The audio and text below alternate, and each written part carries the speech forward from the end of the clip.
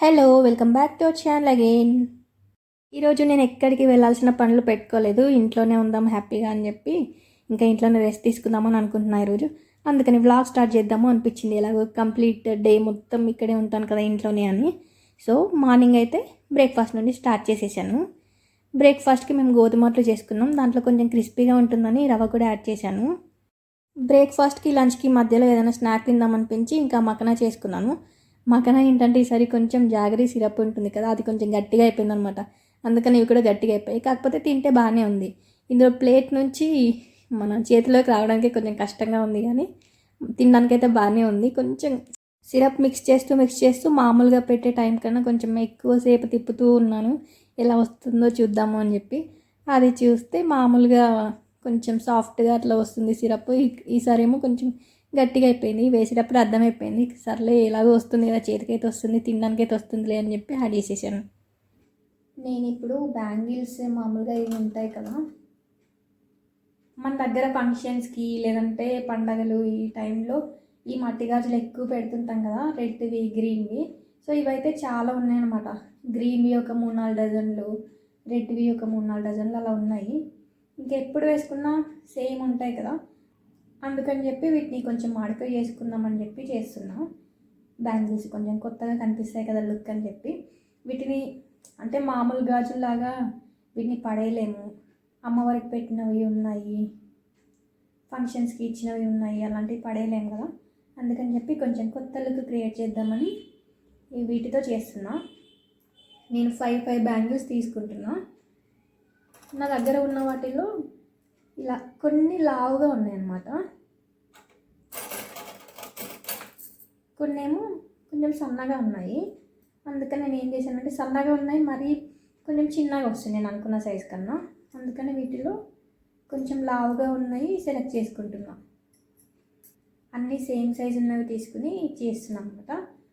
ఒక బ్యాంగిల్ చేయడానికి 5, ఒక బ్యాంగిల్ చేయడానికి 5, అలా 2 చేద్దామని అనుకుంటున్నా ఈ కలర్తో. అండ్ అలాగే నా దగ్గర ఇది బ్లౌజ్ పీస్ ఉంది. ఈ బ్లౌజ్ పీస్ ఏంటంటే మనం స్టిచ్ చేయించుకున్నా కానీ ఎక్కువ రోజులు ఉండదు అసలు.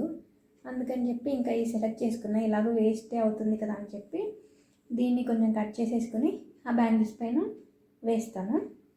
ఫస్ట్ క్లాత్ కట్ చేసుకునే కన్నా ముందు దీనికి ఎంతవరకు అయితే కట్ చేసుకోవచ్చో ఒకసారి చూసుకుని ఆ తర్వాత కట్ చేసుకుంటే ఈజీగా ఉంటుంది కదా.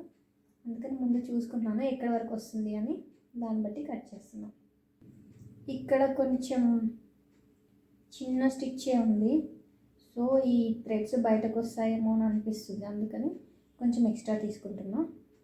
ఈ క్లాత్ చివర్లు సరిగ్గా లేవన్నమాట. ఎలా అంటే కొంచెం మనం చేత్తో ఇలా అన్నా కానీ ఊడిపోయేలాగా ఉన్నాయి. అందుకని ఫస్ట్ వాటిని కట్ చేసేసి అక్కడ బాలేని దగ్గర మిగతా చోటంతా స్టిచ్ చేసి ఆ తర్వాత వేద్దామని అనుకుంటున్నాను. ఇది ఫ్యాబ్రిక్ గ్లూ, దీంతో ఇవి స్టిచ్ చేస్తాను. ఫ్యాబ్రిక్ని ఇలా పెట్టుకుంటూ ఫ్యాబ్రిక్ గ్లూ స్టిక్ చేసుకుంటూ ఉండాలి. ఇలా గ్లూ పెట్టుకుంటూ అండ్ ఆ తర్వాత దానిపైన ఫ్యాబ్రిక్ స్టిక్ చేసుకుంటూ వెళ్తూ ఉండాలి. ఈ ప్రాసెస్లో ఏమవుతుంది అంటే సరిగ్గా డ్రై అవ్వక లేదంటే స్టిక్ అవ్వక ఆ ఫ్యాబ్రిక్ ఊడుతూ ఉంటుంది. కాకపోతే కొంచెం నిదానంగా చేసుకున్నాం అనుకోండి పెద్దగా ఇబ్బంది ఉండదు. కొంచెం దానికి టైం ఇస్తూ ఉండాలి ఫ్యాబ్రిక్కి. వెంటనే చేస్తే కొంచెం కష్టంగానే ఉంటుంది. అందుకని చెప్పేసి జాగ్రత్తగా స్లోగా దీన్ని స్టిక్ చేసుకుంటూ వెళ్ళాలి. ఇలాగే ఉంచితే డ్రై అవుతూ ఉంటుంది, కొంచెం స్లోగా చేసుకుంటూ ఉండాలి. కొన్ని ఫ్యాబ్రిక్స్కి సరిగ్గా అతుక్కోదు గ్లూ, అందుకని చెప్పి మనం ముందే ఒకసారి టెస్ట్ చేసుకున్నాం అనుకోండి సరిగ్గా అతుక్కుంటుందా లేదా అని చెప్పి, అప్పుడు మనం ఇంకా స్టార్ట్ చేసిన తర్వాత ఇబ్బంది పడనక్కర్లేదు. ఎందుకంటే కొన్ని ఫ్యాబ్రిక్ టైప్స్ వేరే ఉంటాయి కదా, వాటికి స్టిక్ అవ్వకుండా పైనుంచి జారుతున్నట్టుగా అనిపిస్తూ ఉంటుంది. అందుకని చెప్పి అలాంటివి కాకుండా మంచిగా దేనికైతే అతుక్కుంటుందో అది చూసి అలా చేసుకోవాలంటే. లేదంటే జనరల్గా చాలా టైం తీసుకుంటుంటుంది, టైం అంతా దానికే వేస్ట్ అయిపోతుంది. అందుకని చెప్పి అలా ముందే చూసుకుంటే కొంచెం టైం సేవ్ అవుతుంది అండ్ మనం టైం వేస్ట్ అవ్వకుండా మేనేజ్ చేసుకోవచ్చు. నెక్స్ట్ ఇది మార్నింగ్ స్నాక్స్ అవి తిన్న తర్వాత స్టార్ట్ చేశాను బ్యాంగిల్ మేకింగ్ ఇదంతా. సో తర్వాత ఇంకా లంచ్కి ఏం తినాలో అర్థమే కావట్లేదు. అందుకని చెప్పి ఆ రోజు మొక్కజొన్న రోటీ అవి చేసుకున్నాం అనమాట.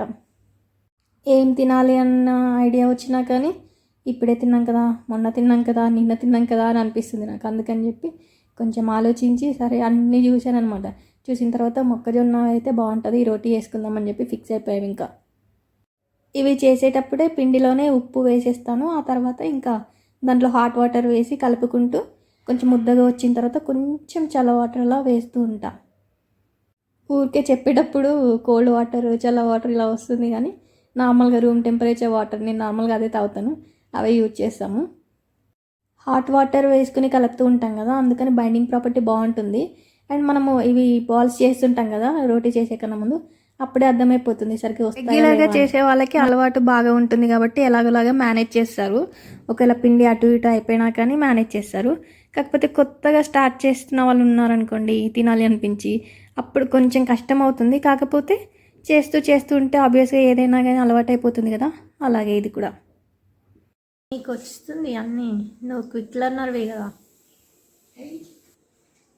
బాగా చేస్తున్నావు. చూస్తున్నా ఇక్కడ నుంచి జూమ్ చేసి మరీ చూస్తున్నా. బాగా చేస్తున్నావు తేజ, ఇక్కడ నుంచి చూస్తున్నా కదా, నాకు అర్థమైపోతుంది నువ్వు ఎలా చేస్తున్నావు అని. అంటే ఏదో ఫస్ట్ టైం చేస్తున్నట్టు, ఇప్పుడే నేర్చుకున్నట్టు అలా ఏం లేదు, ఇంతకుముందు ఎప్పుడు చేసినట్టుగానే చేస్తున్నావు. Learning is important. టీచర్ నేనే అనుకో. నేను ఇక్కడ నుంచి జూమ్ చేసి చూస్తున్నా, చాలా క్లియర్గా కనిపిస్తుంది. నేను చేస్తున్నప్పుడు చూశాడు, చూసి అబ్జర్వ్ చేసి ఇంకా తను కూడా చేస్తా అన్నాడు అనమాట. నేను కూడా నేర్చుకుంటాను, ఎప్పుడైనా నీకు తినాలి అనిపిస్తే నాకు చెప్తావు కదా, అప్పుడు చేసి పెడతాను మళ్ళీ అని చెప్పి నేర్చుకుని మరీ చేశాడు. నువ్వు చేసిన అదే నేను చేసిన. అవును, కొంచెం లావుగా ఉంది. ఎప్పుడు వంకలు పెట్టడం చేసి పెట్టినా కానీ మా తేజ చేశాడు.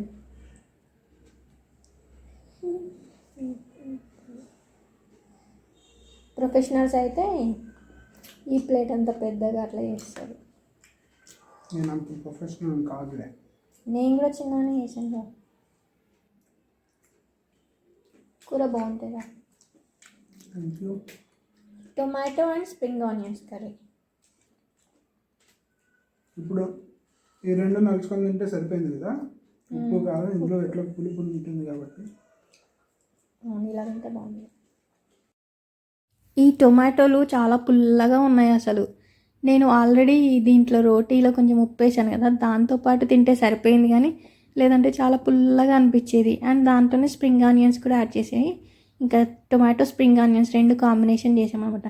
స్ప్రింగ్ ఆనియన్స్ కూడా చాలా మంచిది అసలు హెల్త్కి. అవి కూడా మన డైట్లో, అంటే నార్మల్గా అయినా సరే మన డైట్లో వాటిని పార్ట్ చేసుకున్నాం అనుకోండి, చాలా బాగుంటుంది, హెల్త్కి అయితే చాలా మంచిది. అండ్ టొమాటో కూడా ఈ టైంలో ఇది కూడా ఇంపార్టెంటే. ఎందుకు అంటే మనకి సిట్రస్ ఫ్రూట్స్తో పాటు ఇవి కూడా తిన్నామనుకోండి మనకి బాగుంటుంది. మార్నింగ్ లంచ్కి ముందు కాసేపు బ్యాంగిల్స్ ప్రిపేర్ చేశాను కదా, సో ఆ తర్వాత ఇంకా లంచ్ తర్వాత చేద్దామని పక్కన పెట్టేశాను. అండ్ ఇవేంటంటే నాకు బ్యాంగిల్స్ చేసేటప్పుడు కానీ ఏదైనా జ్యువెలరీ చేయాలనిపించినా కానీ అవి ఎప్పుడైనా అంటే బోర్ కొట్టినప్పుడు ఇలాంటి చిన్న చిన్నవి చేస్తూ ఉంటాను. అందుకని చెప్పి ఇవి ఎప్పుడో చాలా ఇయర్స్ నుంచి అలా కలెక్ట్ చేసినవి చాలా ఉన్నాయన్నమాట. కొన్ని చిన్న చిన్న డబ్బాలలో పెట్టేసి ఉంచాను.